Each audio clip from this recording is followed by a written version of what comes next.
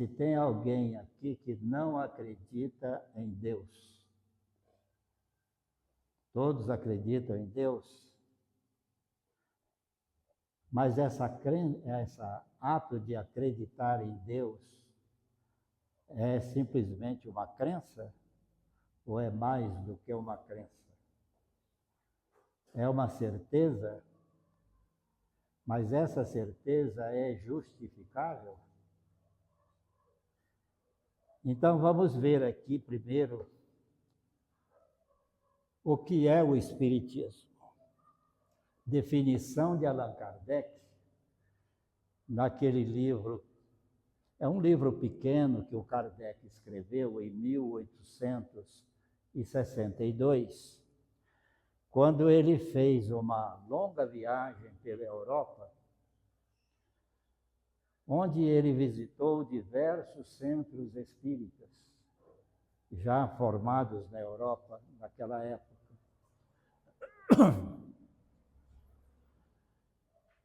E ele, para embasar a parte das visitas que ele andou fazendo por aqueles centros espíritas, então ele escreveu um pequeno livro chamado O que é o Espiritismo. E logo ali no prefácio do livro, ele faz a seguinte consideração: o Espiritismo é, ao mesmo tempo, ciência experimental, de natureza empírica e doutrina filosófica. Como ciência prática, tem sua essência nas relações que se podem estabelecer com os espíritos.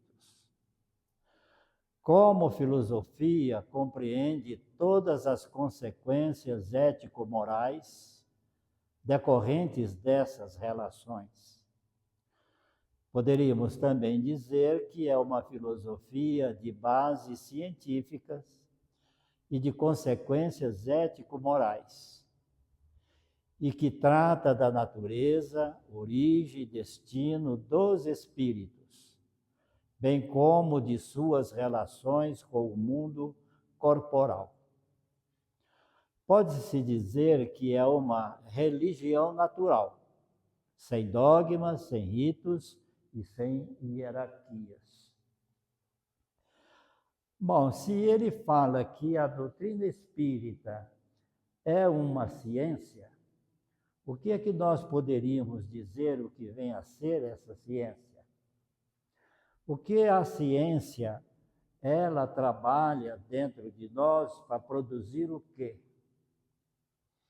A ciência, ela trabalha em nós para produzir conhecimento. E filosofia? O que será que é filosofia? Nós diríamos que filosofia é a busca da verdade, através do conhecimento. Onde essa busca da verdade vai até as primeiras causas, mas sempre à luz da razão. Então, saber de uma coisa, que se essa coisa existe ou não, é necessário que haja uma comprovação, uma justificativa. Segundo Platão, na definição de filosofia, quando na filosofia nós chegamos a uma determinada verdade, nós temos que questionar essa verdade, justificar essa verdade. Mas o Aristóteles, que era aluno do Platão, ele foi mais exigente. O Aristóteles achava que mais do que justificar, tem que provar. Então, nesse caso, se a doutrina espírita ela se arroga no direito de se dizer que é uma doutrina filosófica, então tudo aquilo que nós estudamos como doutrina, todas essas passagens que estudamos, as definições que damos, elas têm que ser comprovadas e têm que ser justificadas. Então, quando a gente faz a pergunta, Deus existe? E todos concordam, Deus existe. Mas o que é que justifica essa afirmativa de que Deus existe? Então, Kardec faz essa pergunta. A primeira pergunta que o Kardec faz para a espiritualidade é essa: o que é Deus? A entidade responde: é a inteligência suprema, causa primeira de todas as coisas.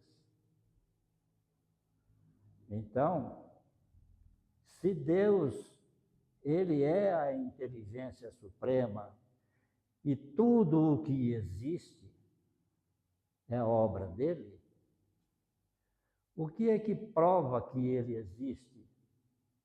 Embora a gente olhe o universo e vê tudo, mas isso seria o suficiente que ele existe? Mas na afirmação do Espírito, quando ele disse que Deus é a inteligência suprema, então essa superioridade divina para construir esse universo que nós vivemos. Nós vamos observar que esse universo, ele observa as leis. Essas leis organizam tudo o que existe nesse universo. A ciência, ela tem nos auxiliado nessa busca do conhecimento desse universo em que nós habitamos.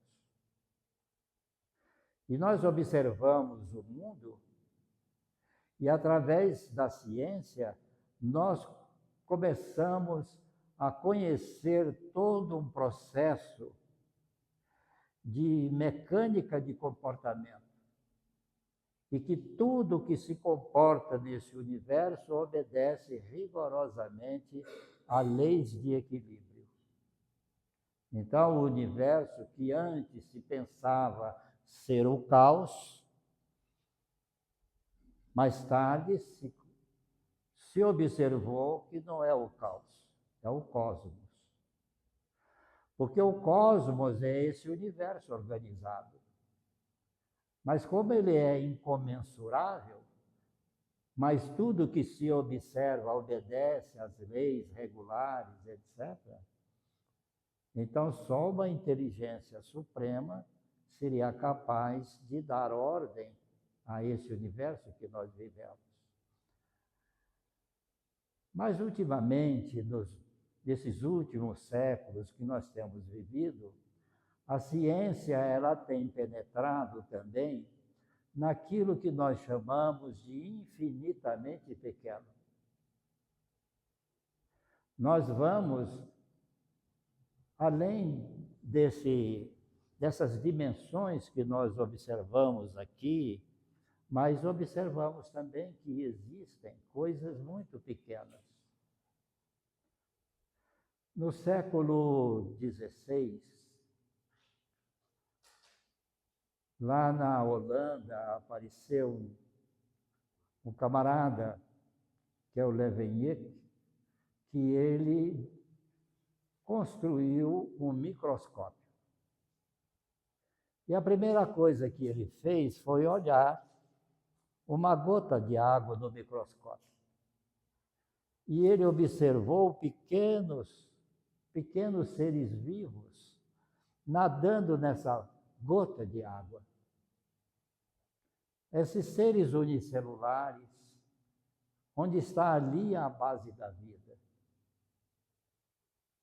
E esse microscópio do Leeuwenhoek, houve um aperfeiçoamento pelo Hooke, Robert Hooke, em que ele fez o microscópio mais moderno, com maior capacidade de visualização. E ele vai observar com mais detalhes esse mundo infinitamente pequeno naquela época. Mas a física se aprofundou nessa busca do infinitamente pequeno. E a física chegou no átomo. O átomo, depois que pensava-se ser algo indivisível, vai aparecer estruturas menores do que o átomo. Então, se observou cargas elétricas, os prótons e os nêutrons compondo o núcleo do átomo e orbitando em torno desse núcleo o elétron, que eram portadores das cargas elétricas. E, a partir daí, explicar os fenômenos da eletricidade, do magnetismo, do eletromagnetismo, que fez o mundo moderno. E procurando saber, será que esse núcleo, que é feito de prótons e nêutrons, será que eles são bolinhas indivisíveis? Aí foi observando e chegou na conclusão de que esses prótons e esses nêutrons eram compostos de estruturas menores ainda, que deram o nome de quarks. Então, nós vamos observar que toda a natureza, essa natureza física que nós vemos, ela é feita de quarks. Como o quarks é pesado, chamaram aquilo de bário. E a matéria que nós conhecemos é a matéria bariônica. Então, se essa matéria que compõe todas as nossas estruturas, vivas ou inanimadas, são todas feitas dessa matéria bariônica. E tudo obedecendo a leis regulares. E a inteligência suprema é a inteligência criadora de todas essas coisas.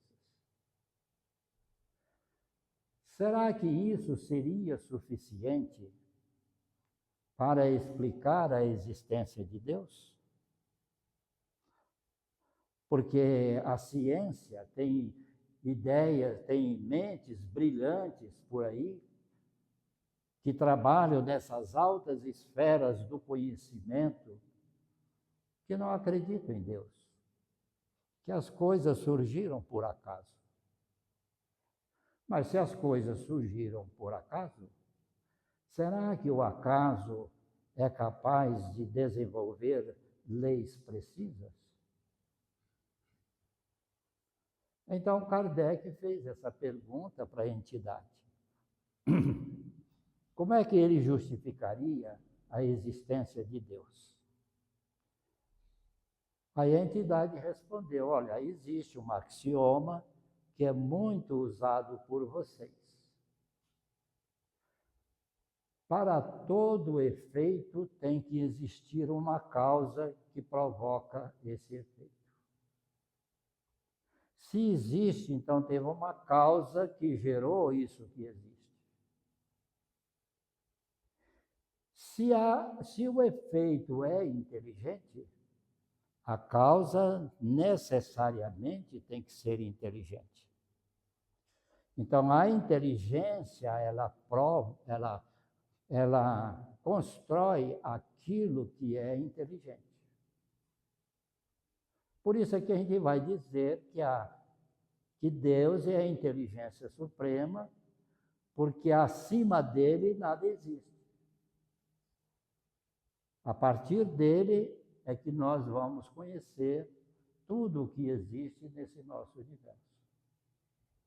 Então, podemos justificar a existência de Deus conforme a exigência da filosofia, pelo menos da filosofia do Platão e do Aristóteles? Podemos justificar. Então, Deus é a inteligência suprema, causa primeira de todas as coisas, porque os efeitos que ele produz são efeitos inteligentes. Por isso a inteligência divina é maior.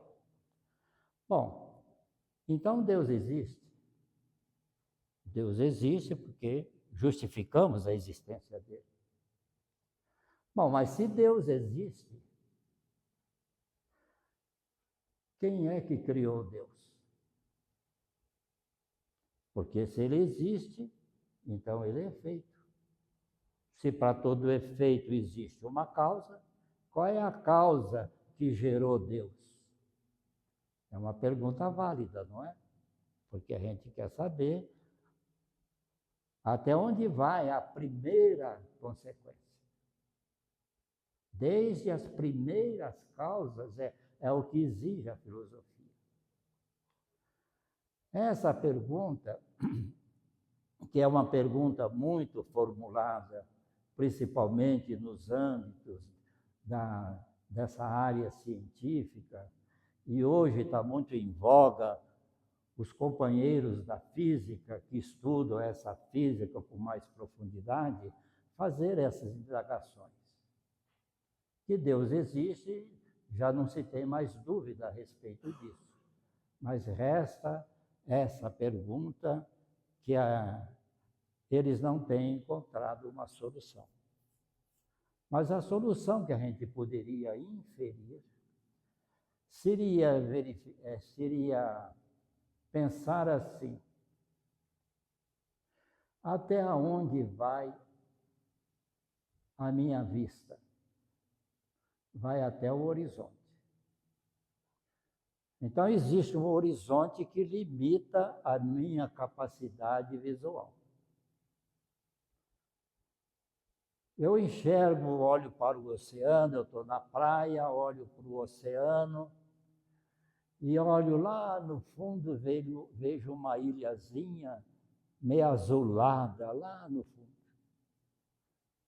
Você pergunta, será que existem coisas além daquela ilhazinha lá? Aí vem um outro lá, pega esse binóculo, dá uma olhada lá.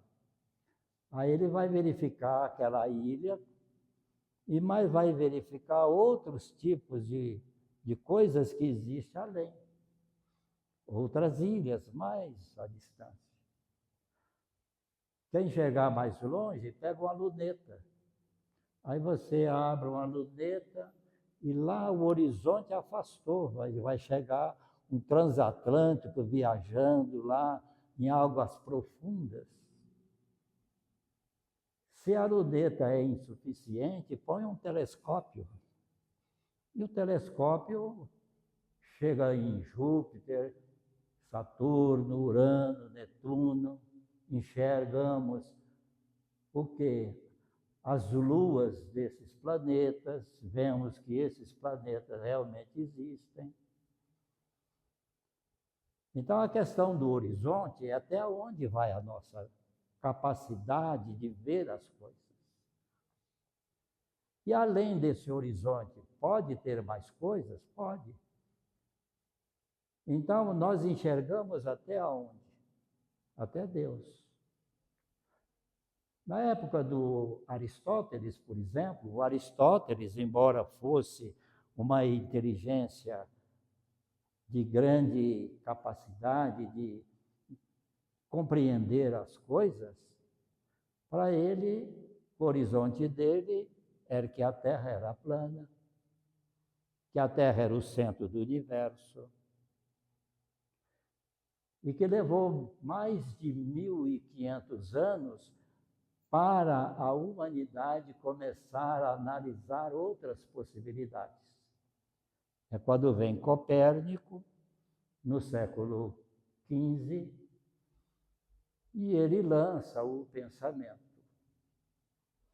A Terra não é o centro do universo. A Terra é um planeta. Se é um planeta, ele orbita em torno do Sol. Então, nesse caso, o Sol é o centro do universo.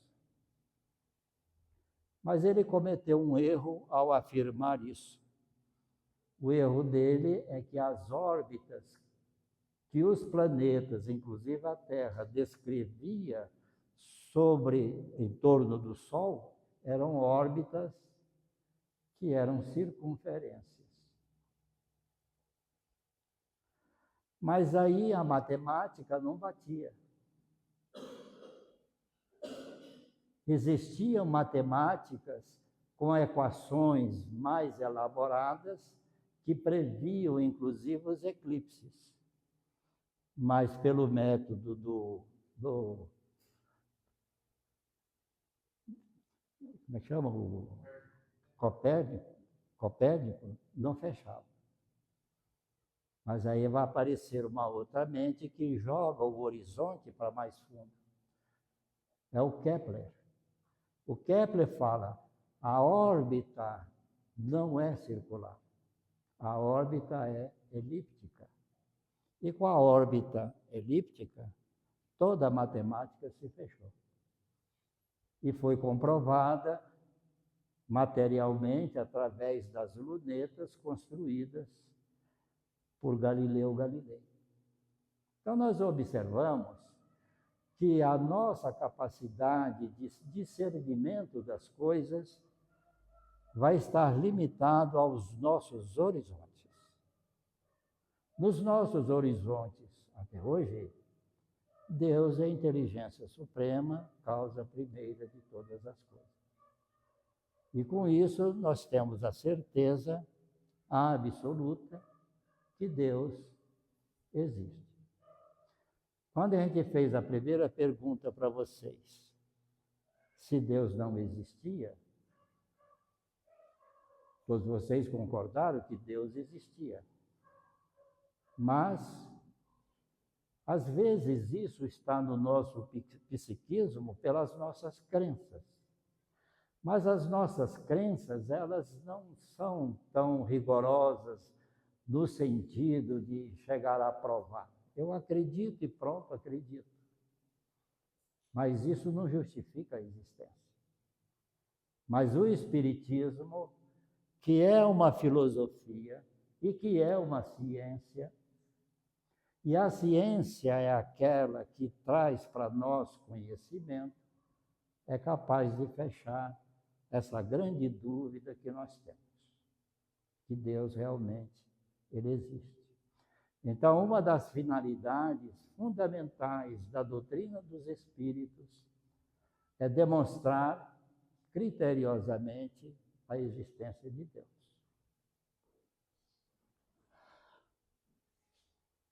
Aí ele fala que o espiritismo é ao mesmo tempo a ciência experimental de natureza empírica. O que é uma ciência empírica? A ciência empírica é aquela ciência que observa o fenômeno e procura estudar o fenômeno. E na medida em que nós vamos estudando os fenômenos, nós vamos analisando o comportamento desses fenômenos e, através do estudo desses comportamentos, tirar uma conclusão de como as coisas se comportam. Estabelecer, inclusive, funções matemáticas que demonstram como aqueles fenômenos se repetem, se realizam diante da nossa natureza. A ciência empírica, ela é empírica porque ela é observadora dos fenômenos. Aí vocês me perguntam, o que é fenômeno? Fenômeno é tudo aquilo que nos chama a atenção. Chamou a atenção? Chamou. Eu quero entender aquilo que está acontecendo. Então, é um fenômeno que a ciência vai procurar explicar como esse fenômeno ocorre, se obedece a alguma lei, e que lei é essa que ele obedece. E através disso se constrói o conhecimento. Por isso é que se fala que o Espiritismo, ela é uma ciência, ela é de natureza experimental. Aonde a gente faz as nossas experiências, cientificamente falando, onde nós fazemos as nossas experiências para observar esses fenômenos. A gente chama isso de laboratório. E qual era o laboratório do Kardec? O laboratório do Kardec era a mesa mediúnica. Porque era na mesa mediúnica que ele observava os fenômenos que ocorriam entre o mundo espiritual e o mundo material. É quando a gente vai dizer aqui consequências ético-morais e que trata da natureza, origem e destino dos espíritos, bem como de suas relações com o mundo corporal. É na mesa mediúnica que vai ser observado essas relações do mundo espiritual com o mundo corporal. Pode-se dizer que é uma religião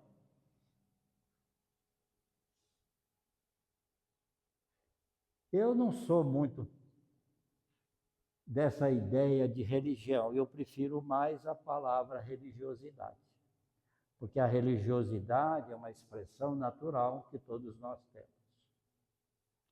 Então, seguindo, doutrina, nós chamamos doutrina espírita, doutrina dos espíritos. O que é doutrina? É um conjunto coerente de ideias fundamentais, de ordem teórica, transmitidas, ensinadas e divulgadas como verdadeiras por um autor. Pode ser também como conjunto de princípios ou crenças que têm um valor de verdade absoluto para aqueles que o sustentam e seguem. A menor das doutrinas que a gente conhece, ela foi pronunciada pelo presidente dos Estados Unidos em 1823, quando grande parte dos países da América, tanto a América inglesa quanto a América espanhola e a América portuguesa, começamos aquela grande luta libertária para nós nos tornarmos soberanos e separados dos países que nos tinham como colônias. Então, esse presidente dos Estados Unidos, James Monroe, ele falou: a América é para os americanos. Mas naquela época o sentido era esse mesmo. Que a América, desde a América do Norte, América Central e América do Sul, ela deveria ter a sua soberania libertada do colonialismo europeu.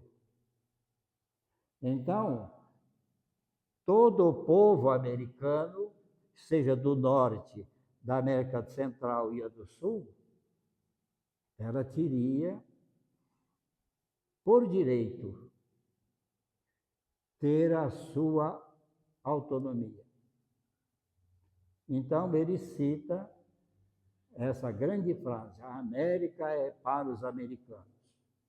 E que todo o país americano que conseguisse, de uma forma ou de outra, se libertar do colonialismo europeu, devia ser apoiado por todos aqueles países já soberanos constituídos da América.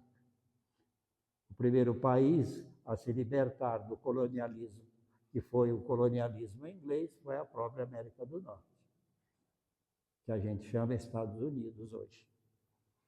Então, é uma doutrina. A América é para os americanos. É uma simples frase, mas ela revela toda uma estrutura de comportamento e de verdade. Então, a doutrina, essa doutrina, ela, portanto, ela é um conjunto.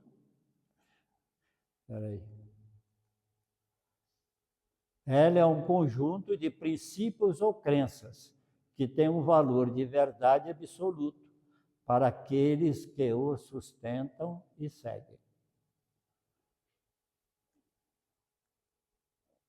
Crença, convicção profunda e sem justificativas racionais.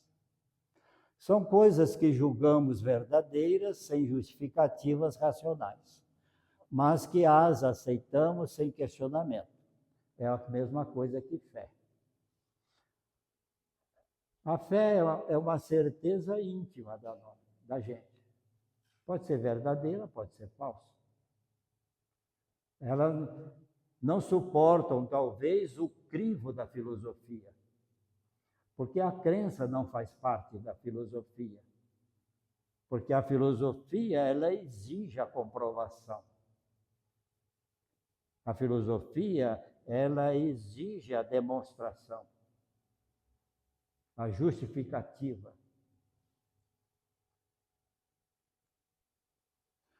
O conceito de princípio, que se a filosofia ela está assentada em princípios, o que é o princípio?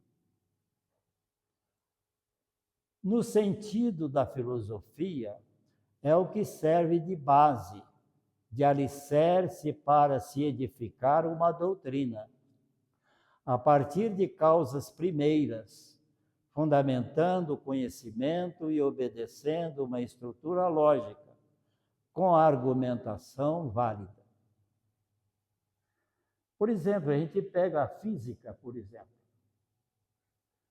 A física está assentada em 3 pilares. Esses 3 pilares, a gente põe uma plataforma e edifica toda uma ciência chamada física. E quais são esses 3 princípios fundamentais da física? A existência da matéria, a existência do espaço e a existência do tempo. Matéria, espaço e tempo são princípios fundamentais que a física vai construir, a partir dessas ideias, todo o edifício de toda essa ciência que nós vivemos até hoje. Quem lembra da geometria plana do Euclides? A geometria plana do Euclides, ela tem 3 princípios fundamentais. A existência da reta, a existência do ponto, da reta e do plano. Ponto, reta e plano são 3 figuras geométricas sobre as quais, uma vez conceituado, eu edifico toda uma teoria, toda uma matemática chamada de geometria euclidiana. E o Espiritismo? Ele está assentado também em 3 princípios fundamentais. Pode acrescentar mais alguns, mas 3 é fundamental.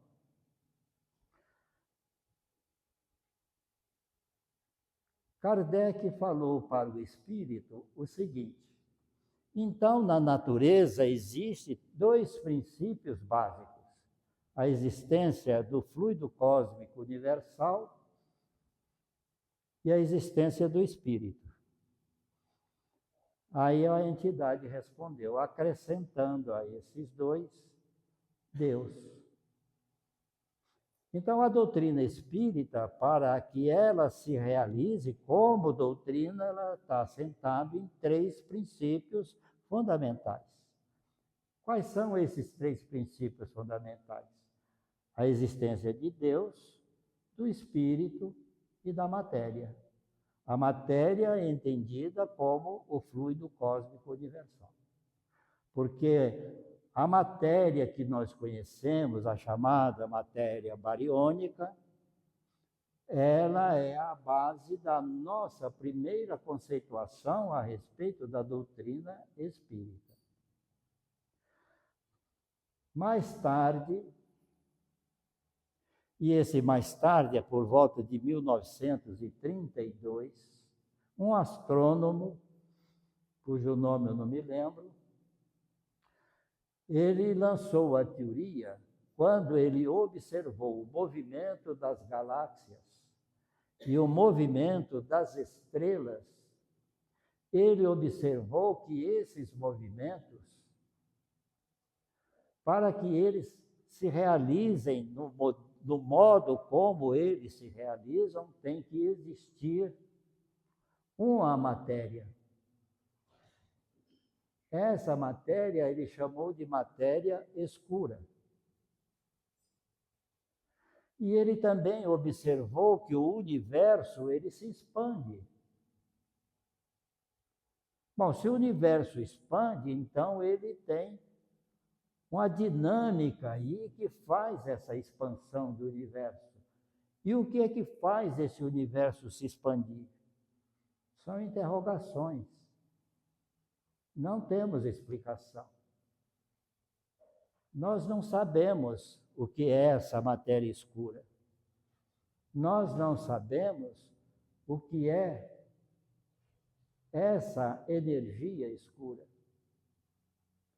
A única matéria que nós conhecemos é a matéria bariônica. Só que está na seguinte situação.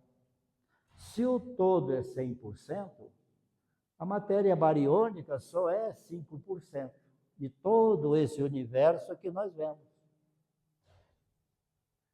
A matéria escura, que é uma matéria que nós não temos acesso a ela, até agora não temos, sabemos pelo efeito que causa, mas de onde provém a causa que gera esse efeito é desconhecido.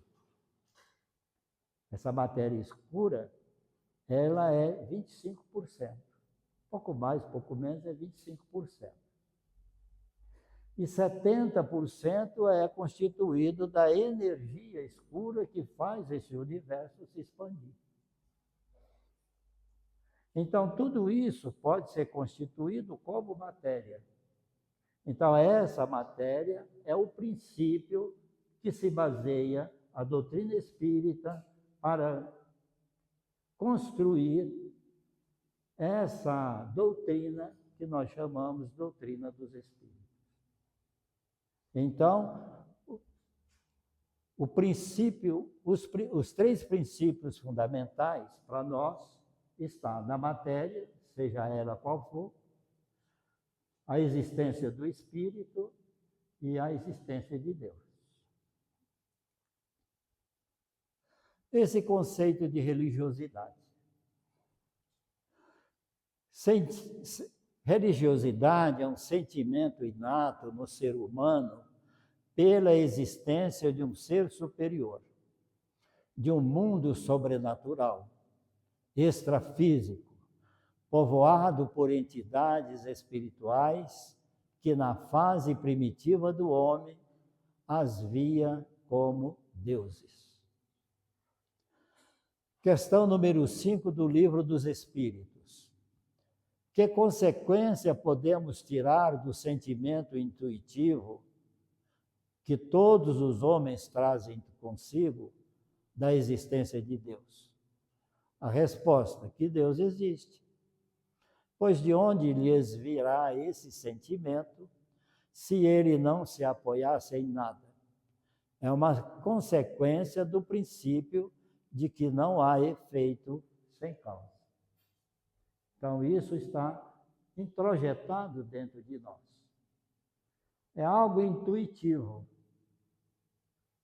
O intuitivo não se justifica, mas a gente aceita a existência por inferência de que essas coisas existem.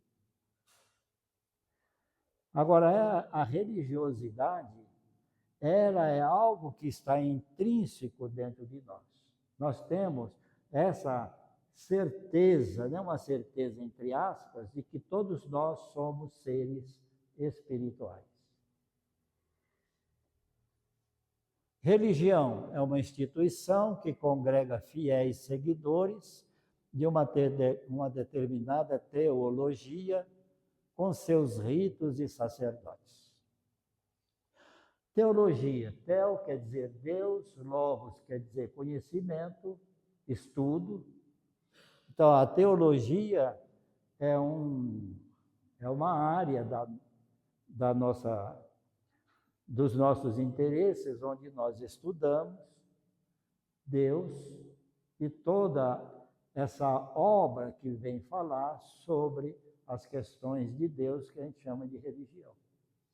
Tá?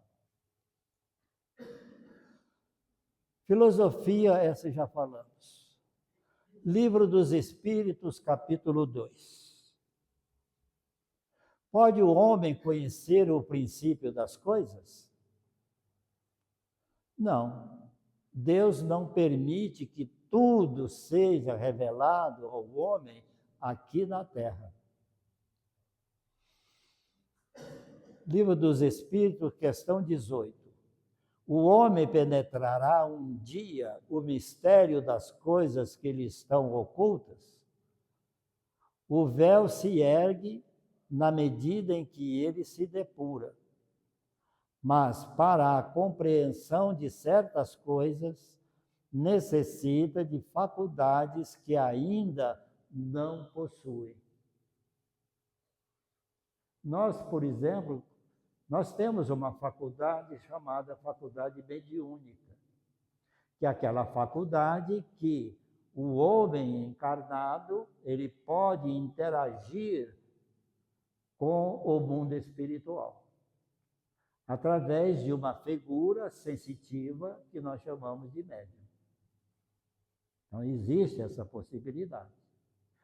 Agora, as informações que o plano espiritual traz via médium para o conhecimento da humanidade encarnada, esse conhecimento está condicionado ao avanço, ao crescimento, ao desenvolvimento, principalmente moral, ético, do elemento humano, da sociedade humana. Na medida em que nós vamos galgando na nossa evolução, nós nos tornamos merecedores de mais informações a respeito de todas essas coisas do universo.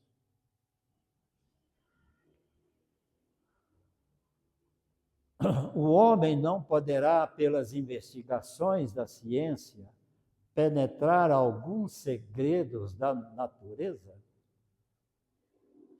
A ciência lhe foi dada para o seu adiantamento em todos os sentidos, mas ele não pode ultrapassar os limites fixados por Deus. Está condicionado ao nosso avanço, ao nosso desenvolvimento intelectual, desenvolvimento moral. Pode o homem receber, fora das investigações da ciência, comunicações de uma ordem mais elevada sobre aquilo que escapa ao testemunho dos sentidos? Sim, se Deus julgar útil, pode revelar-lhe aquilo que a ciência não consegue apreender. Aqui nós vamos, por exemplo, principalmente nesse campo do conhecimento das leis, não só leis do universo, que são as chamadas leis naturais, mas também das leis morais. A humanidade, para que ela se posicione de forma mais adequada, mais pacífica, mais amorosa, as coisas, o plano espiritual superior tem nos revelado com uma certa regularidade através dos tempos. Quando a humanidade entrou nessa fase que a gente chama de fase civilizada, coisa mais ou menos de uns 6.000 anos para cá, então, por volta de uns 4.500 anos, onde o homem já estava dominando a parte da escrita, ele começa então a receber reveladores do plano espiritual encarnado aqui conosco. Segundo Emmanuel, naquele livro A Caminho da Luz, ele comenta que na China há 4.500 anos atrás, mais ou menos, vai aparecer a figura do Forri. Esse Forri, ele escreveu alguns livros em que trazia para a humanidade os primeiros lances de código moral. Mais tarde vai aparecer,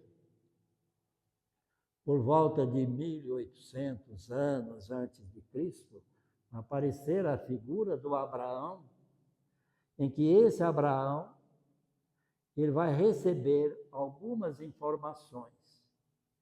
A informação principal que o Abraão recebeu naquela oportunidade foi de que Deus é único. Foi a única informação, digamos assim, relevante para a humanidade, porque naquela época todos os povos, sem exceção, eram politeístas. Mas dentro do programa que já estavam sendo estabelecidos, que a Terra deveria se preparar para receber o governador planetário numa encarnação específica, que ocorreria mais tarde, precisaria organizar um povo que desse as condições necessárias em termos de crença, em termos de moralidade,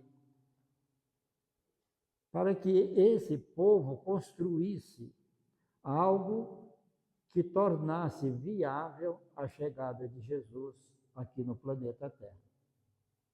Então começa essa jornada de preparação no planeta Terra a partir da figura do Abraão. Quando Abraão, então, recebe a primeira informação, Deus é único. Posteriormente ao Abraão, vai aparecer a figura de Moisés, que foi um outro revelador. E contemporâneo de Moisés, lá na Mesopotâmia, lá na Pérsia, mais propriamente dito, na Pérsia vai aparecer o Zoroastro, também conhecido como Zaratustra, que veio trazer revelações das leis divinas. E Moisés, ele traz para nós o decálogo. Não matar, não roubar, essas coisas.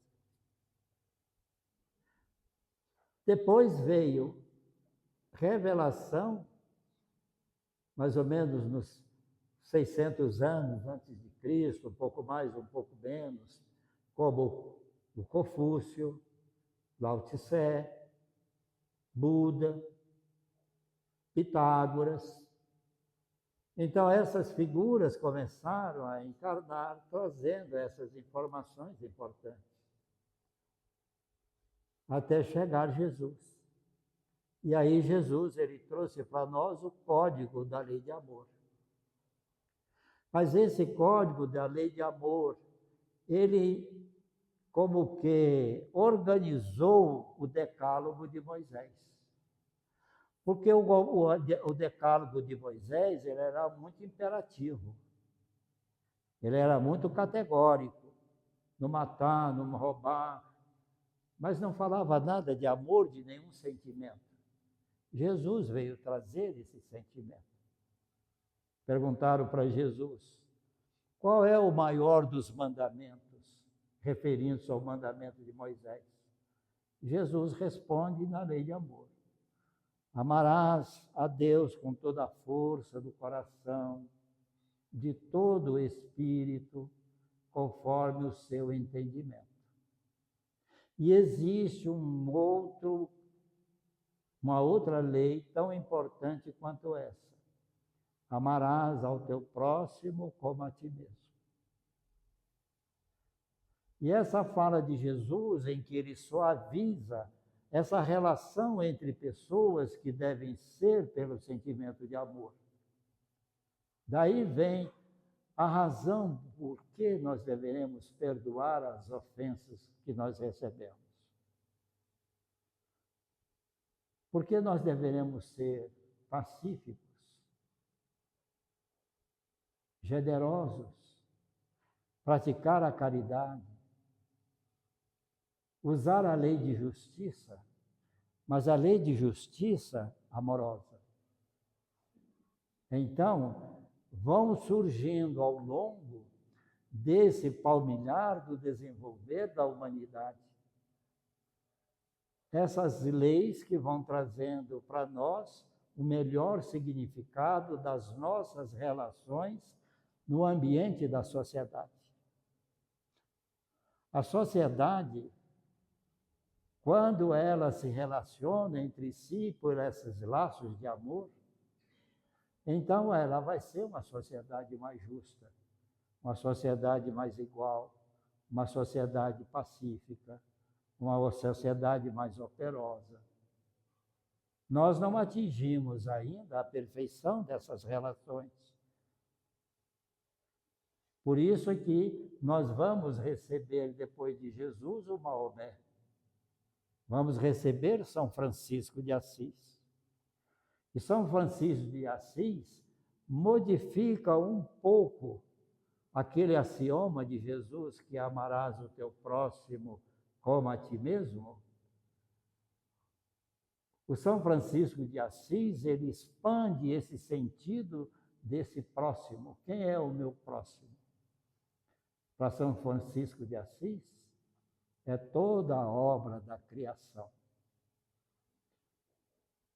Minha irmã Flor, meu irmão Sabiá, minha irmã Lua, meu irmão Sol, meu irmão Peixe, minha mãe, meu irmão, minha irmã, né, que seria a água.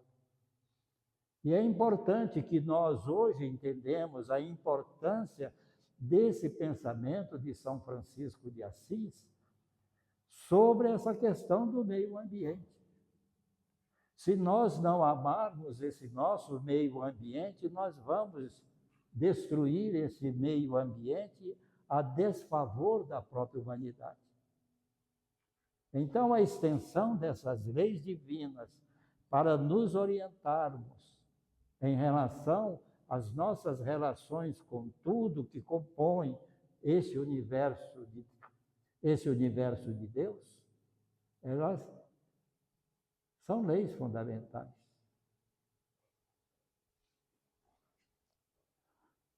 Então, pode o homem receber, fora das investigações da ciência, comunicações de uma ordem mais elevada, em relação às leis principalmente. Sim, se Deus julgar útil, pode revelar-lhe aquilo que a ciência não consegue apreender.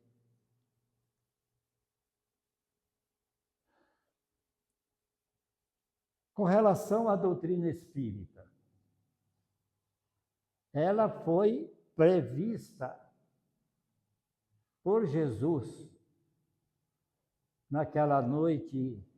Era uma noite tensa, porque era a despedida de Jesus, era uma quinta-feira, em que ele reuniu-se num determinado salão para encontrar ali os seus apóstolos e com ele estabelecer ali a despedida dele.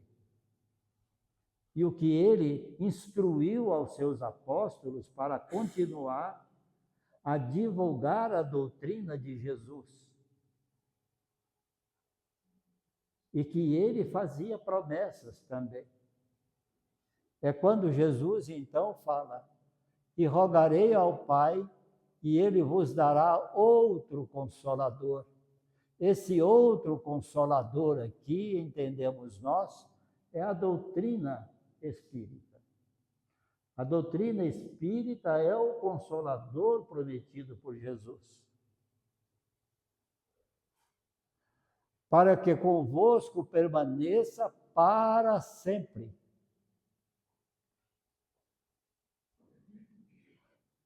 Quem tem meus mandamentos e os observa é quem me ama, e quem me ama será amado por meu Pai.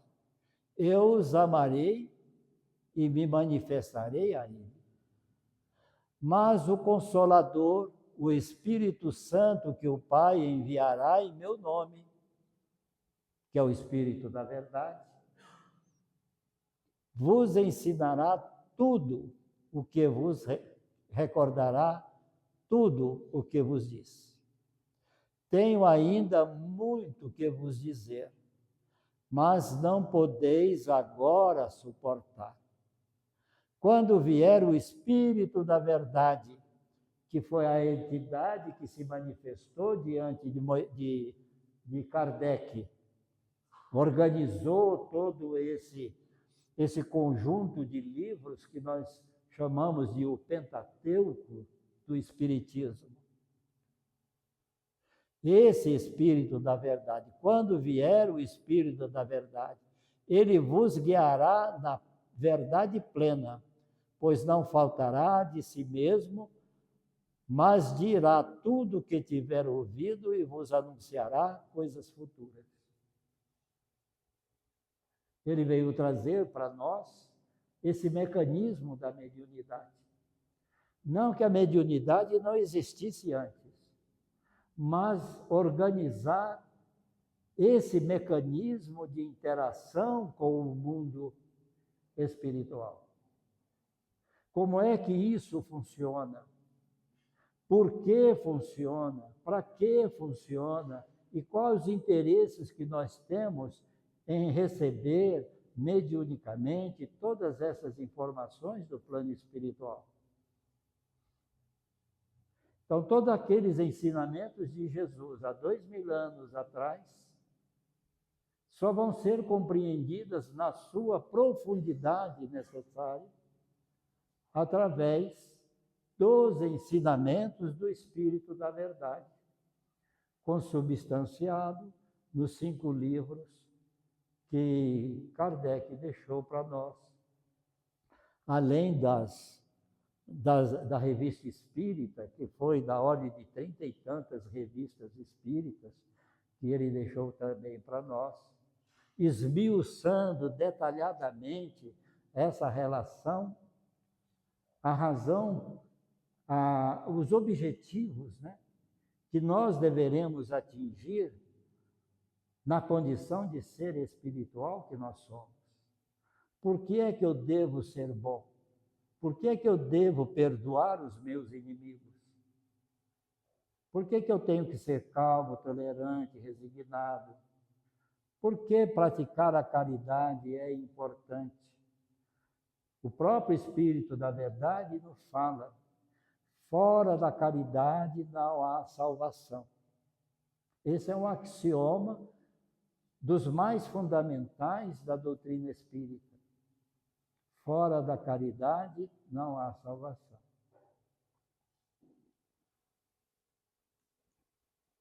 Quais são as bases que fundamentam a doutrina espírita? A existência de Deus e seus atributos. Atributos de Deus é onipresente, onisciente, oni isso, oni aquilo. Então, são os atributos de Deus. A existência e imortalidade dos espíritos. Todos nós somos espíritos. Somos seres espirituais. E como espíritos que somos, nós teremos que nos transformar em verdadeiros seguidores dos ensinamentos de Jesus. A existência da matéria, tendo no fluido cósmico a base de toda a matéria.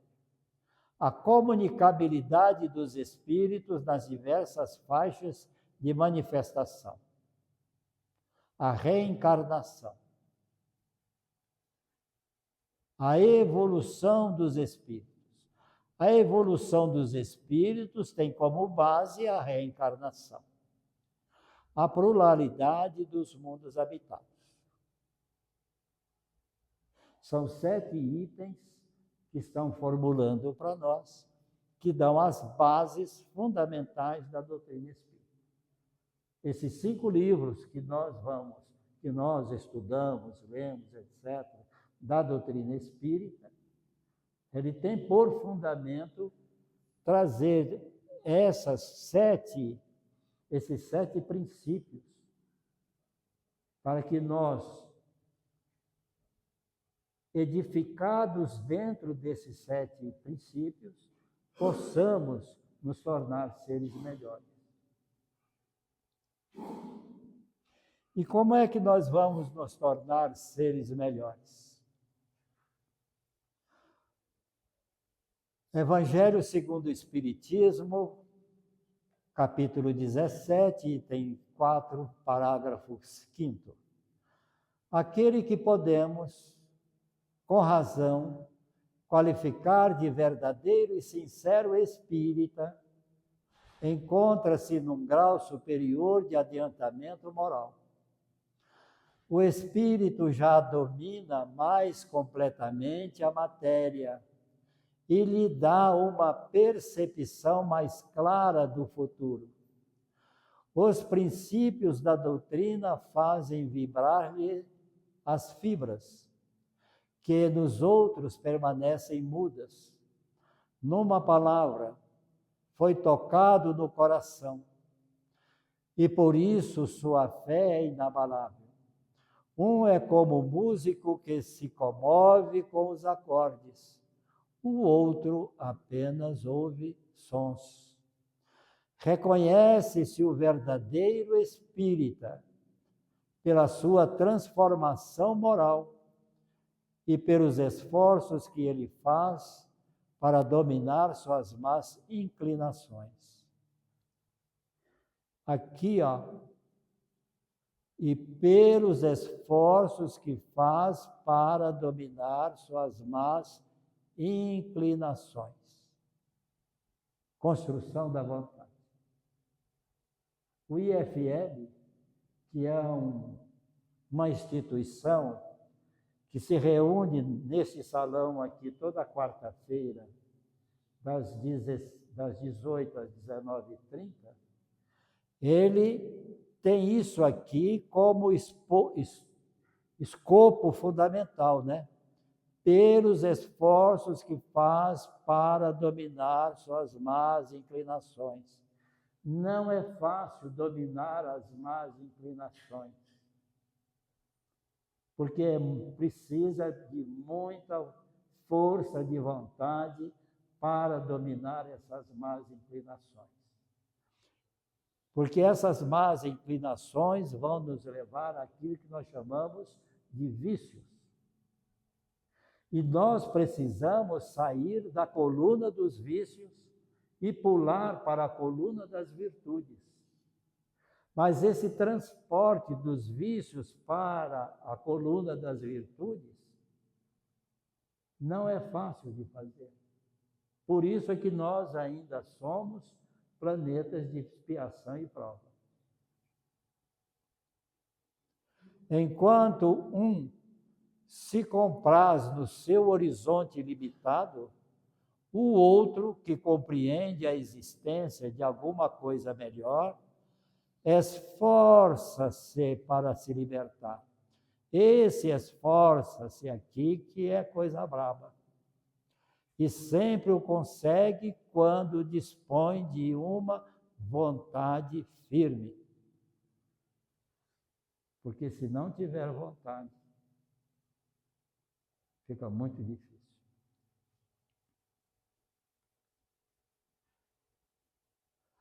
Embora seja, agora, acho que é o último slide. Embora seja importante a frequência à casa espírita, a quantidade de passes que toma, a quantidade de cesta básica que distribui, as obras assistenciais de que participa e dos estudos que amplifica seus conhecimentos, isso tudo não é suficiente.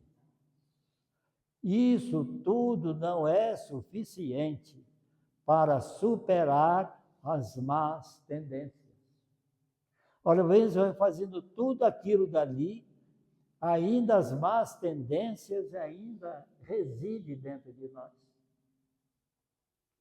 É necessário promover a reforma íntima, buscar a sua própria superação e construir valores elevados que enriqueçam a sua mente, desenvolver e fortalecer a vontade para torná-lo capaz de construir a si mesmo, o seu futuro e a sua felicidade. O meu futuro e a minha felicidade não depende dos outros, depende de mim. Ninguém modifica ninguém. O máximo que a gente pode fazer é amar. Mas quem que tem que fazer a mudança dentro de si mesmo é a própria pessoa. Portanto, a gente tem que desenvolver a força de vontade. É necessário promover a reforma íntima, buscar sua própria superação, construir valores elevados que enriqueçam a sua mente, desenvolver e fortalecer a vontade para torná-lo capaz de construir a si mesmo, o seu futuro e a sua felicidade. Na medida em que esse autoaprimoramento se processa, as realizações se tornam naturais, quantizando e potencializando os valores íntimos conquistados.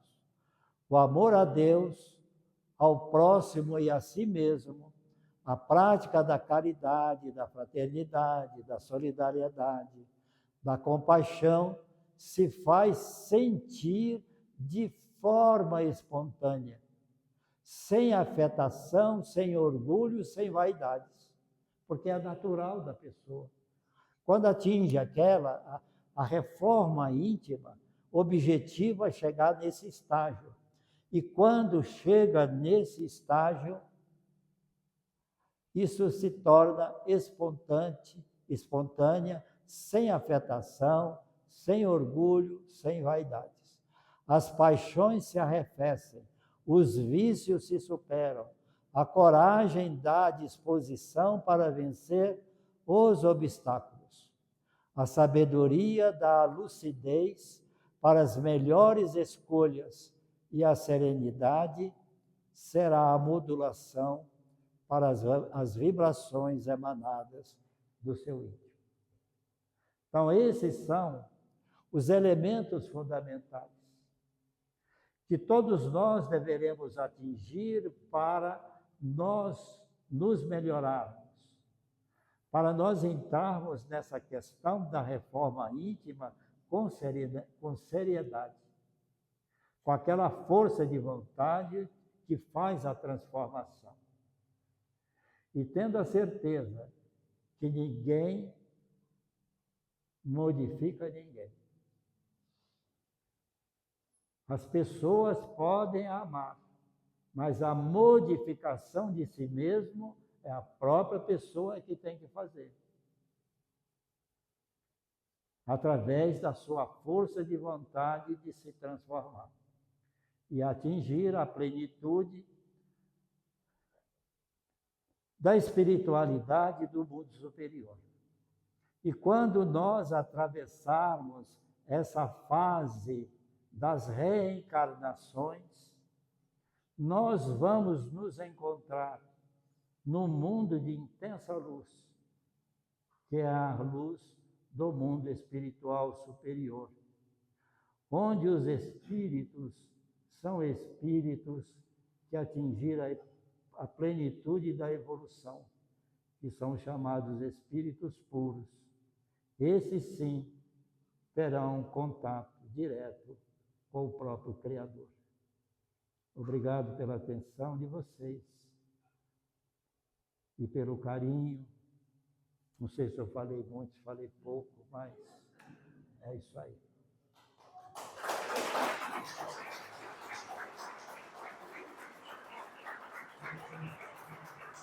Obrigado. Bom, gente, Antes da gente encerrar de vez, a gente vai abrir para alguma pergunta, comentário. Quem quiser fazer, por favor, avise que a gente vai aproximar aí o microfone. Alguém quer perguntar alguma coisa? Vocês entenderam tudo? Já podem chegar em casa explicando. Tem algo a fazer? Por favor.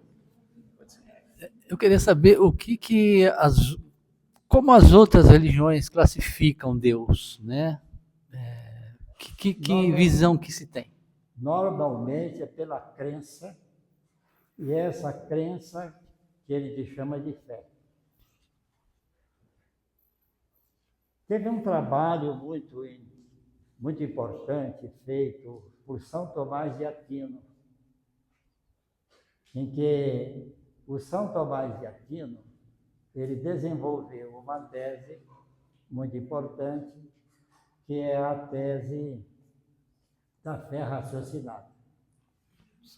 Porque o São Tomás de Aquino, embora ele fosse um padre ligado à Igreja Católica, ele era também um filósofo.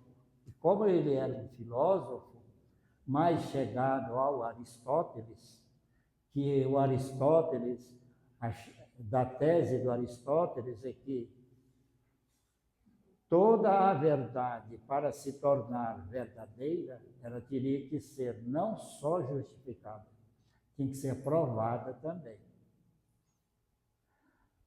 Então, o São Tomás de Aquino, através dos trabalhos dele sobre essa questão da fé raciocinada, ela trouxe uma luz um pouco melhorada dentro desse ambiente da Igreja Católica. E ele é considerado também um dos pilares da Igreja Católica com essa tese dele. Mas a Igreja Católica, ela nunca caminhou numa quantidade de informações e de desenvolvimento, de interação com a espiritualidade, como fez a doutrina espírita. Porque a doutrina espírita, como ciência que ela é uma doutrina experimental. É um laboratório em que ali os fenômenos acontecem e busca-se a explicação desses fenômenos. Isso a Igreja Católica não conseguiu fazer.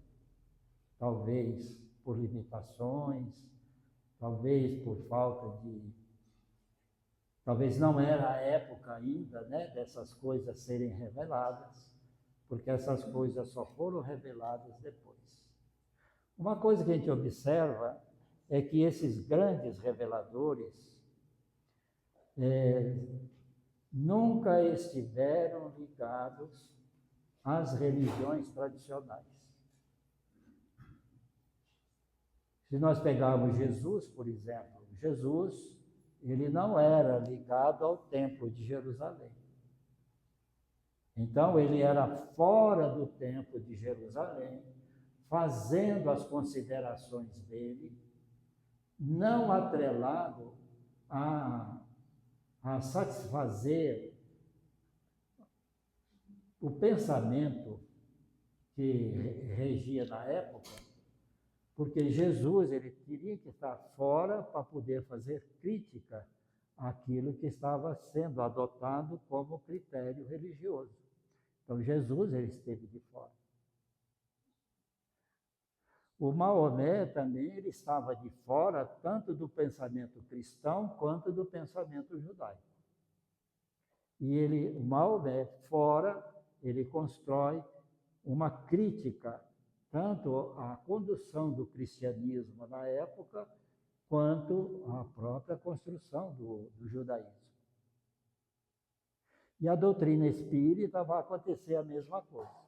A doutrina espírita era uma instituição fora do ambiente católico, para que fora ela pudesse, com graus de liberdade maior, saber analisar, interpretar e fazer novas considerações, porque a rigidez da estrutura da própria religião não permite que essas ideias novas venham a contestar aquilo que já é adotado regularmente dentro da própria igreja.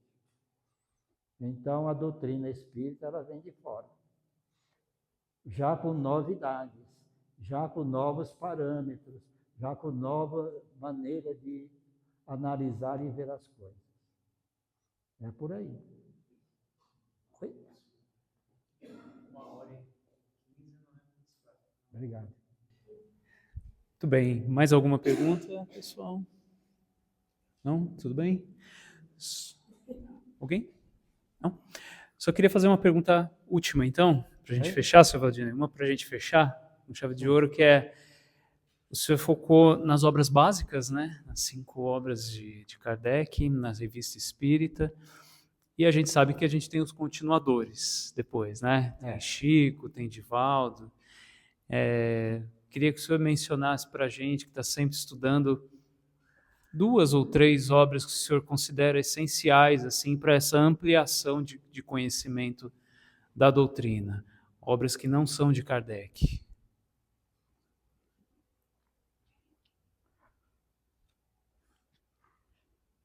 Olha,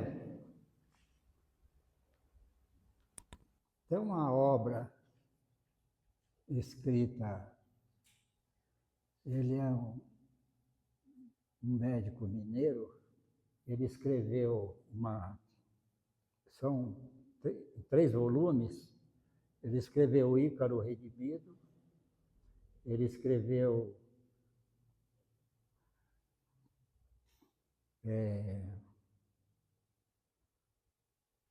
o Ícaro Redimido. Como é que é o segundo livro?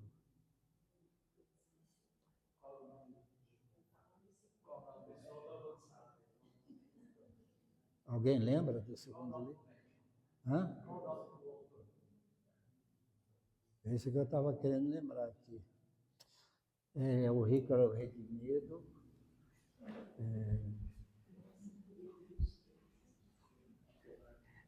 Estou caçando aqui, seu Valdinei. É o Gilson Teixeira Freire, não é isso? A História de Santos Dumont. Freire, né? Gilson Teixeira Freire, é isso? Ditado por Adamastor. É a trilogia, né? Aí seria, deixa eu ver os outros 2. É o Ícaro Redimido, Tabernáculo Eterno e a Senda Redentora. Né? Esse livro, essa explicação dele, ele faz um estudo muito detalhado entre o mundo espiritual, o mundo material, as escalas espíritas. Ali precisa ter paciência, porque os livros são gigantados, né? Ele também vai escrever uma outra obra, que é Dinâmica Cósmica. Acho que é Dinâmica Cósmica, coisa assim desse tipo. Que também é fazendo todo um apanhado de muitos pensadores que falam sobre o mundo espiritual, essas coisas. Esse livro você quer lá Freire, né? Ele é bem, a escrita dele é muito lúcida, muito, muito interessante. De todas essas aí, aquela que traz mais. Né? Tem as obras do André Luiz também, né? Que elas são muito esclarecedoras. E que ele procura ser uma espécie de um repórter que ele relata acontecimentos no mundo espiritual ligados a todos nós aqui no mundo material. Então, são 12 obras, são 12 livros do André Luiz, também são muito bons esses aí. Gilberto Freire. Gilson Freire,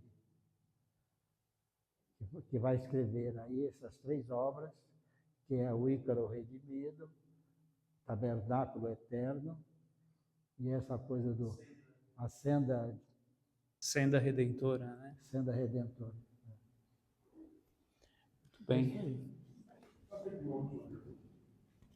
Dá tempo, companheiro. Sr. Valdinei, em nenhum momento o senhor tratou a doutrina espírita como religião. O senhor prefere falar no termo religiosidade. Religiosidade. Por que não a doutrina espírita não pode ser considerada uma religião? Ora, nós seres humanos, nós temos no íntimo nosso, pela tradição de milênios aí, nós carregamos dentro de nós esse contexto da religião. Porque a religião, ela se surge basicamente com um fator chamado medo. Quando nós vivíamos ainda o período primitivo, e até hoje, né, nós temos medo, o medo da salvação. O que eu tenho que fazer para eu me salvar, não morrer, essas coisas? Ter medo do trovão, ter medo dos acidentes que existem por aí, medo do terremoto, medo disso, medo daquilo. Isso gera em nós que nós somos incapazes de solucionar muitas dessas potências da natureza. Então, a gente projeta esse nosso medo em cima de figuras espirituais, que na maioria das vezes chamávamos de deuses. Então, para nós sentirmos mais protegidos, o que a gente fazia? A gente fazia oferenda a esses deuses. Essa oferta aos deuses era no sentido de bajular esses deuses para que esses deuses não nos atingissem. Então, como a gente vai adular esses deuses? Então, você criava métodos para fazer essa adoração. Nessa história, nessa mitologia do Caim e Abel, em que o Caim ele era agricultor e o Abel cuidava de ovelhas. Então, quando ele fez a oferta, porque chegou o dia das ofertas, que ele tinha que fazer a oferta aos deuses, então o Deus se agradou mais da oferta do Abel do que do Caim, o que gerou no Caim um ciúme. E o Caim, ciumento, matou o Abel. Aí o Deus castigou o Caim pelo fato de ele ter matado aquele que era da preferência dele, Deus. E expulsou o Caim, e o Caim foi viver em outros campos. Então, essa proximidade mitológica entre o homem, o elemento humano, e esses deuses, essa relação se fazia pela função do medo, para que eles não sofressem tanta violência e se sentissem mais protegidos. Daí vão surgindo as religiões. Quando o homem ele já entra na fase civilizada, a religião ela se estrutura como uma representação de organização de sociedade. Então, a sociedade passou a ter dois poderes que organizava ela: o poder político e o poder religioso. O poder político vê no poder religioso um grande ambiente para se prevalecer diante da população. Então, esses dois poderes se aliam, o poder religioso com o poder político, se aliam para manter sob controle toda a população. Então, a religião ela passa a ser mais estilizada, não simplesmente apenas através de ofertas, mas também de orações, acender vela, essas coisas e tal. né? Então a religião ela vai surgindo por aí. É diferente do contexto de religiosidade, porque a religiosidade é um sentimento natural que cada um de nós temos. Quando a gente fala assim, você acredita em Deus? Ah, acredito. Mesmo que ele não saiba dizer por que acredita, mas acredita, é uma crença. E essa crença a gente chama de fé. Agora tem uns que fé demais, tem outros que fé de menos, né? Muito bem. Foi? Então tá bom. Então a gente queria agradecer muito ao nosso irmão Valdinei por essas instruções e que seja um estímulo, né? A gente que está há tantos anos aqui dentro da Casa Espírita, você acha que você já estudou bastante, aí vem o Valdinei e puxa o seu tapete assim e fala. Mas isso eu falo brincando, claro, porque isso tem que ser um estímulo para a gente. A gente saber que toda caminhada, toda jornada longa, ela começa nos primeiros passos. Então, que a gente vá para casa hoje, a gente fala, nossa, que bom, quanta coisa tem para saber, mas quanto material tem disponível aí que esses espíritos que por aqui passaram deixaram para a gente, né? Então, que a gente possa correr atrás aí do nosso autoaprimoramento. Muito obrigado, Valdinei. Obrigado a você. E vamos então agradecer ao plano maior, agradecer a Jesus por essa noite de instrução, por essa noite de estudos, de reflexões, e que essas reflexões possam servir de alicerce para o nosso fortalecimento, para o nosso aprimoramento, para que nós possamos não só aprender mais e melhor, mas que nós possamos exemplificar mais e melhor, para que nós sejamos cada vez mais evangelhos vivos, trabalhadores efetivos da seara do Cristo. Nós possamos ser pontos de luz e levar essas luzes a todos os nossos locais de convivência, aos nossos lares, aos nossos trabalhos, a toda a sociedade, fazendo do mundo assim um lugar melhor e mais pacífico. Assim seja, graças a Deus. E esperamos vocês no mês que vem para mais uma palestra. Ótima noite, obrigado, gente.